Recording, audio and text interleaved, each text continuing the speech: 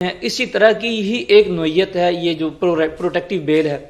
دفعات ان دونوں کی سیم ہے, وہ بھی 498 فوجداری جو کیس ہے کرمنل پروسیجر کوڈ کی بات کریں اس کے تحت ہم لوگ سی کرتے ہیں, اور یہ جو پروٹیکٹیو بیل ہے یہ بھی اسی لا کے تحت آتی ہے. اب سوال یہ ہے کہ پروٹیکٹیو بیل کب سیک کی جاتی ہے اور پری ریسٹ بیل کب سیک کی جاتی ہے.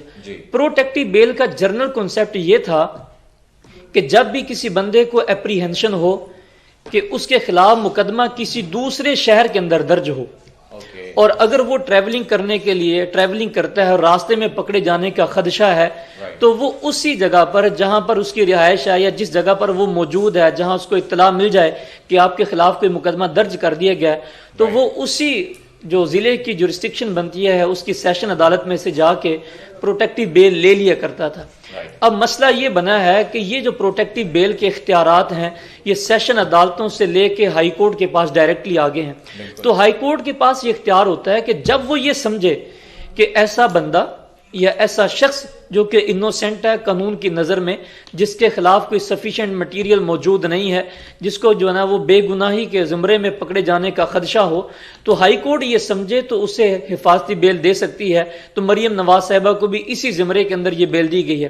اب پہلی بات یہ ہے کہ بے شمار مقدمات جو ہیں وہ پہلے سے ان کے خلاف موجود ہیں, جس میں یہ نیب کے پاس بھی پیش ہوتی رہی ہیں, ہائی کورٹ کے اندر بھی, اور اس طرح سے مختلف عدالتوں کے اندر ان کا پیش ہونا جو ہے وہ سامنے آتا ہے. اب بات یہ ہے کہ پہلی بات آپ نے جیسے لاسٹ سیگمنٹ کے اندر بات کی کہ انہوں نے یہ کہا تھا کہ ہم لوگ کسی قسم کی حفاظتی بیل لیں گے کہ نہیں لیں گے, یہ ان کا پرسنل میٹر ہے کہ وہ لیتے ہیں. اس طرح کی سٹیٹمنٹ انہوں نے دی ہے, یہ کس طرح کی غیر ذمہ دارانہ اور غیر جانبدارانہ قسم کی ان کی سٹیٹمنٹ ہے, اور پھر اس کے بعد دوبارہ سے عدالت سے رجوع کرنے کے بعد حفاظتی بیل لے لینا, میں یہ سمجھتا ہوں یہ ان کا رائٹ ہے. اب بات یہ ہے کہ یہ پروٹیکٹیو رائٹ کا جو بیل کا رائٹ ہے یہ تمام کے تمام شہریوں کے لیے موجود ہے.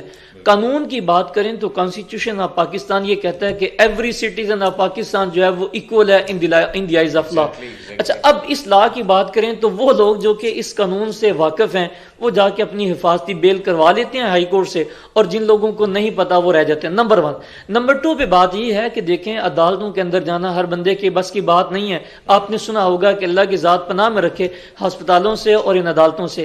اب بات یہ ہے کہ جو بھی بندہ غریب آدمی جس کے خلاف کوئی مقدمہ درج ہو چکا ہے وہ عدالت میں جائے گا, ہائی کورٹ میں اگر جاتا ہے تو ہائی کورٹ کے اخراجات ہیں, وہاں تک جانے کے لیے اس کو بے شمار جو ہے مسائل کا سامنا کرنا پڑتا ہے, اس لیے وہ لوگ وہاں پر نہیں جاتے ہیں اور چھپ چھپا کے انہی عدالتوں کے اندر سے اپنی عبوری ضمانتیں کروا لیتے ہیں. تو یہ کوئی بڑی بات نہیں ہے, قانون دونوں کے لیے موجود ہے. سیکشن 498 کرمنل پروسیجر کوڈ کے تحت جو بھی بندہ یہ سمجھتا ہے کہ میرے خلاف کوئی مقدمہ درج ہے, ہاں البتہ یہ بات ضروری ہے, پہلے یہ جو اختیارات تھے وہ سیشن کورٹ کے پاس تھے, لیکن اب وہاں سے انہوں نے ہائی کورٹ کے پاس آ گئے ہیں کہ صرف ہائی کورٹ ہی جو ہے حفاظتی بیل دے دیتی. ہاں صاحب آپ بالکل ٹھیک کہہ رہے ہیں. اب اگر ہم نیکسٹ اسٹیپ کی طرف آئیں, اگر ہم نیب پیشی کی بات کریں تو وہاں پر جب بھی نیب پیشی ہوتی ہے آپ دیکھتے ہیں چاہے شہباز شریف صاحب کی ہو, حمزہ شہباز کی ہو, تو وہاں پر کارکنان کو بلایا جاتا ہے. کثیر تعداد میں کوشش کی جاتی ہے کارکنان کو اکٹھا کیا جائے, بلکہ جب بھی اس طرح کے پیشیاں ہوتی ہیں تو ہمارے سینئر رپورٹر عتیق شاہ صاحب وہ بھی وہاں پر موجود ہوتے ہیں, وہ اچھے طریقے سے اس کو دیکھتے ہیں. تو کارکنان کو ساتھ لے کے جانا, یہ آپ کیا سمجھتے ہیں کہ یہ اداروں کے اوپر پریشرائز کرنا اداروں کو اس لیے ساتھ لے کے جائے؟ بٹ صاحب آپ نے بڑی اچھی بات کی ہے کہ ہم لوگ روزانہ یہی سفر کر رہے ہیں. ہمارے تو آفس کے بالکل سامنے جناب علی انہوں نے روزانہ جناب علی وہاں پر وہ لگا رہے ہوتے ہیں خاردار جب اتارے اور اس کے بعد کنٹینر کھڑے کیے ہوتے ہیں. ہمارے لیے تو بڑے پرابلم ہیں, بڑے مسائل ہیں. اچھا ایک بات یہ ہے, 2 مسائل جو ہیں ہمیں وہاں پر فیس کرنا پڑ رہے ہیں. ایک تو یہ ہے کہ جب بھی ان کی پیشی ہوتی ہے میرے خیال میں ہفتے میں 3 دن تو ان کے لیے جو نا مستقل طور پہ فکس ہیں, کبھی کوئی صاحب آ رہے ہیں کبھی کوئی صاحب آ رہے ہیں, اس کے بعد یہ راستے بند ہو جاتے ہیں. اچھا اب آپ نے جو بات کی ہے کہ یہ اتنی پبلک کو ساتھ لے کے آتے ہیں, اس کا پرپز کیا ہے؟ آپ الٹیمیٹلی دیکھیں قانون, اگر ہم لوگ دیکھیں تو قانون ہمیشہ چیزیں انفر کرتا ہے کہ جو حالات وہاں پر موجود ہوں, سرکمسٹانسز وہاں پر موجود ہوں, ان حالات کو دیکھتے ہوئے کوئی بھی اپنا فیصلہ جو نا وہ سناتا. اب میں اس قانون کی نظر میں دیکھوں, دیکھیں عام حالات میں اگر کوئی بھی ملزم عدالت کے اندر آتا ہے تو اس کے ساتھ بڑی مشکل سے 1 آدھ لوگ 2 لوگ آ جائیں گے. اب اس طرح کے حالات میں جو کہ اسپیشل قسم کے سرکمسٹانسز ہوں, جب اس طرح مطلب یہ کہ انفلوئنشل لوگ ہوں, جب پولیٹیکلی بات ہو, اس طرح کی فگرز وہاں پر موجود ہوں, تو پھر یہ ہے کہ اپنے ساتھ لوگوں کو لے کے آ جاتے ہیں.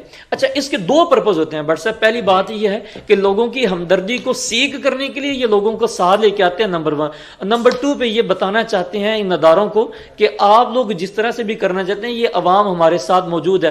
آپ لوگوں کو شاید یاد ہوگا 2016-17 کی بات ہے جب ٹرکی کے اندر جو ہے وہ انہوں نے آرمی والے جو ہے نا وہ آنا چاہ رہے تھے، مارشل لا لگانا چاہ رہے، تو لوگ ان کے سامنے لیٹ گئے تھے. آپ نے دیکھا تھا کتنی وہاں پر مطلب یہ ہے کہ شہادتیں بھی ہوئی، سارے کے سارے معاملات ہو.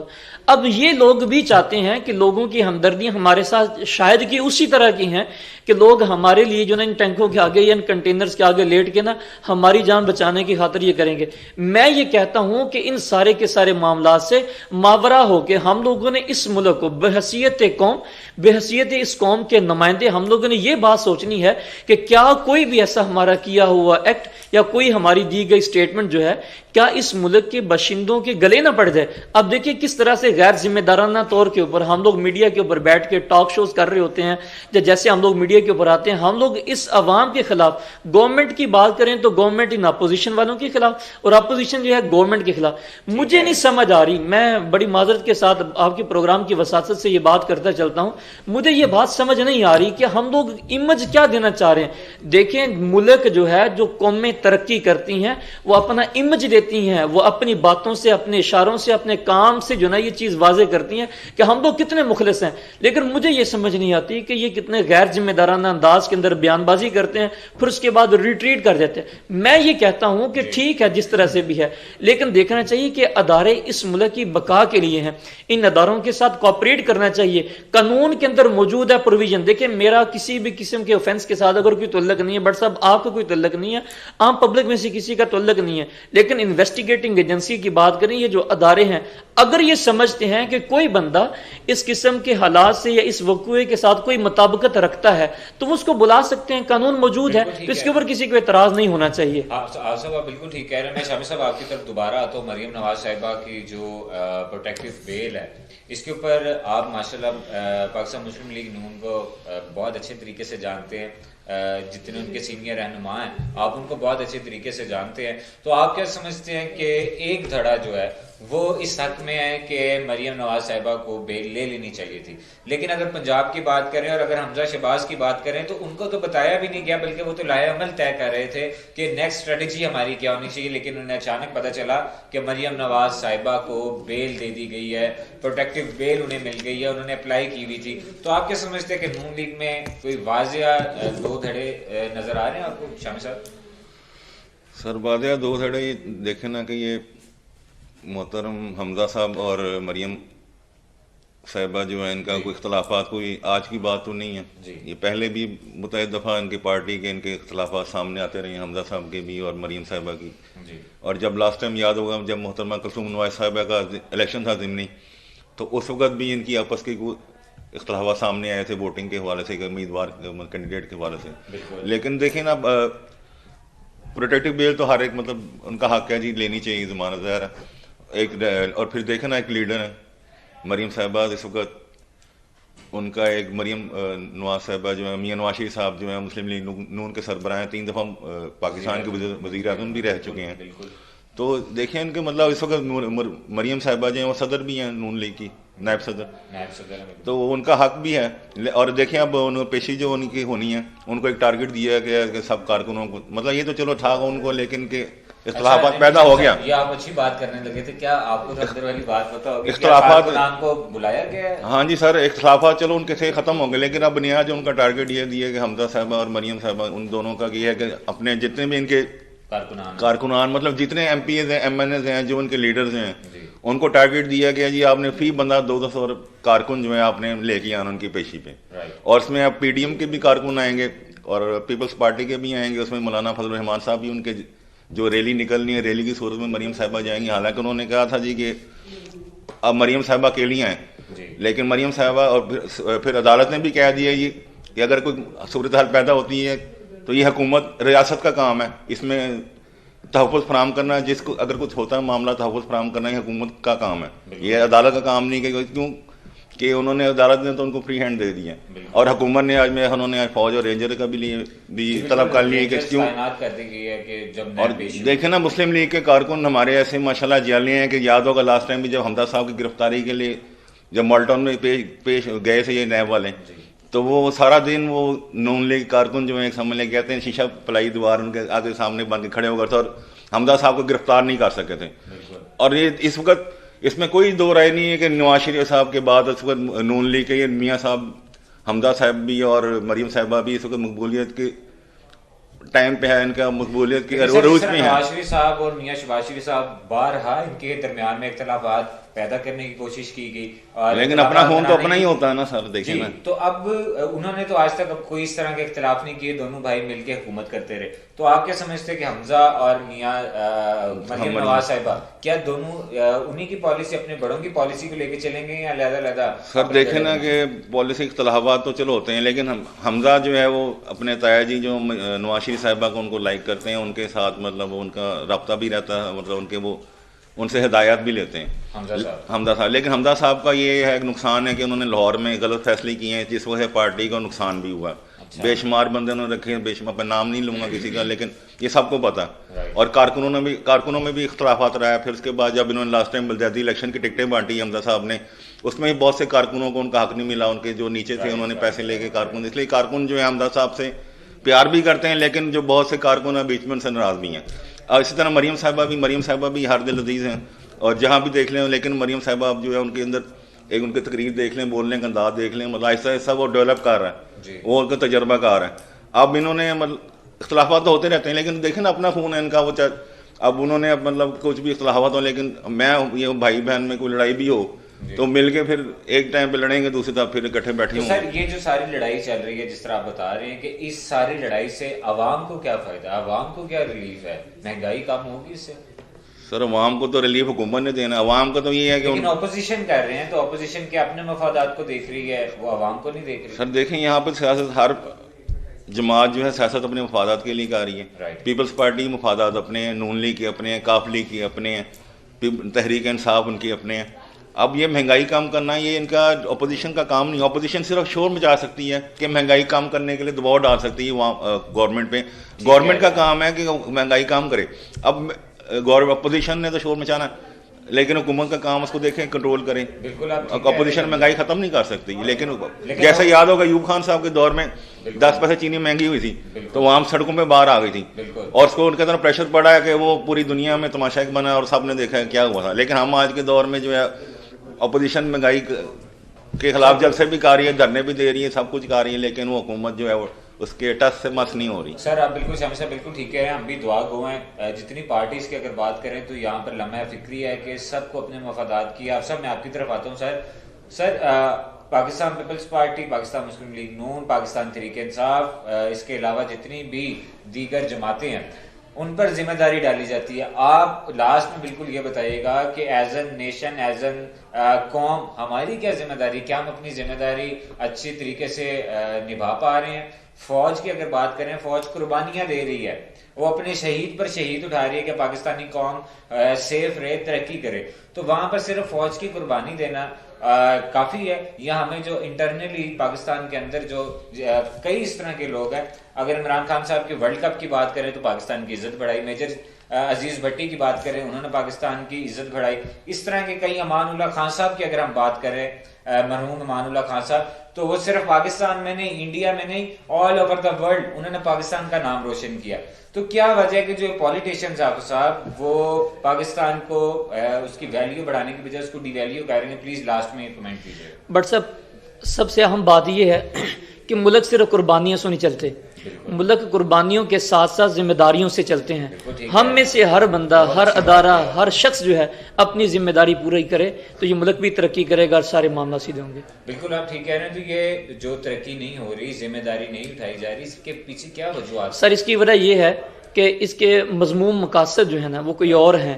یہاں پر ہر بندہ اپنی ذاتی جو ہے مفاد کی جنگ لڑ رہا ہے. جب تک یہ ذاتی مفاد کی جنگ ختم نہیں ہوگی ملک ترقی نہیں کر سکتا. اب دیکھ لیں، جیسے بھی لاسٹ میں نے بات کی ہے، میں نے کہا کہ انہوں نے کل، بلکہ ابھی یہ شامی صاحب نے بات کر دی کہ رینجر بھی بلا لی، پولیس کی بھی بات کر لیں، وہ بھی آ گئی. انہوں نے کہہ دیا کہ 200 بندہ جو ہے نا وہ ہر بندہ لے کے آئے.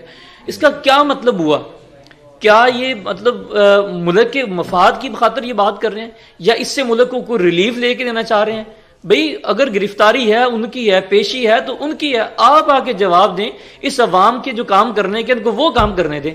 اس کی طرف ان کو نہیں دیا جا رہا. بالکل ٹھیک کہہ رہے ہیں, لیکن اگر مولانا مولوی فضل الرحمان صاحب کی اگر بات کی جائے, جب ان کو بھی نیب نے پیشی پہ بلایا تھا تو تب بھی انہوں نے تو بارہا کہا تھا کہ میں اپنے سارے کارکنان کو ساتھ لے کر آؤں گا, میں اپنی ڈنڈا بردار فوج کو ساتھ لے کر آؤں گا. تو جب پی ڈی ایم کے سربراہ اس طرح کی باتیں کر رہے ہیں تو مریم نواز صاحبہ بھی تو اس طرح کی باتیں کریں. بٹ سر پہلی بات یہ ہے کہ میں تو پی ڈی ایم کی جو ہے نا وہ متھ نہیں سمجھ سکا.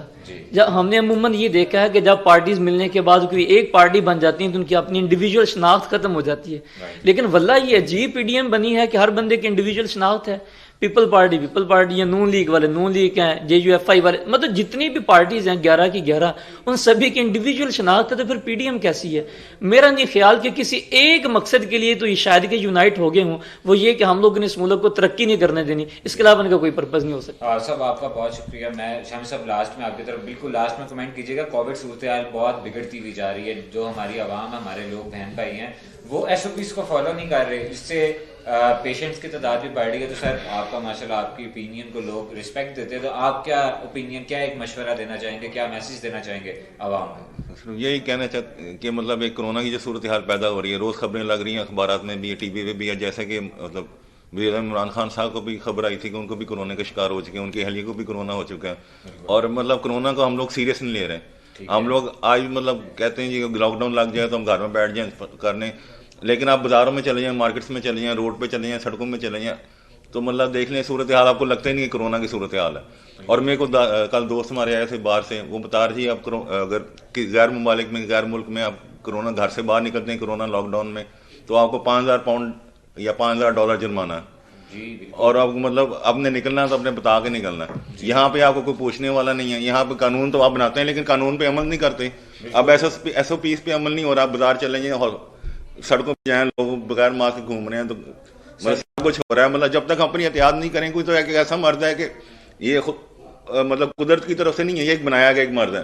اور اس کے احتیاط صرف یہ ہے کہ احتیاط, جیسے ہم لوگ بچپن میں سنتے تھے جراثیم میں ڈیٹول استعمال کریں, اسپریڈ لگائیں, فلان کریں, تو یہ وہی اب اس کو ذرا ایڈوانس شکل انہوں نے دے دی ہے جو جراثیم کی. اس کا صرف یہ ہے کہ اس کا علاج کوئی نہیں ہے, صرف احتیاط ہے. جیسے مطلب سینیٹائزر استعمال کریں, ماسک لگائیں, گھر سے صرف اس وقت نکلیں جب آپ کو بہت زیادہ ضرورت ہو, بازاروں میں نہ جائیں, بلا وجہ باہر نہ نکلیں, بس صرف احتیاط کریں, یہی اس کا علاج ہے.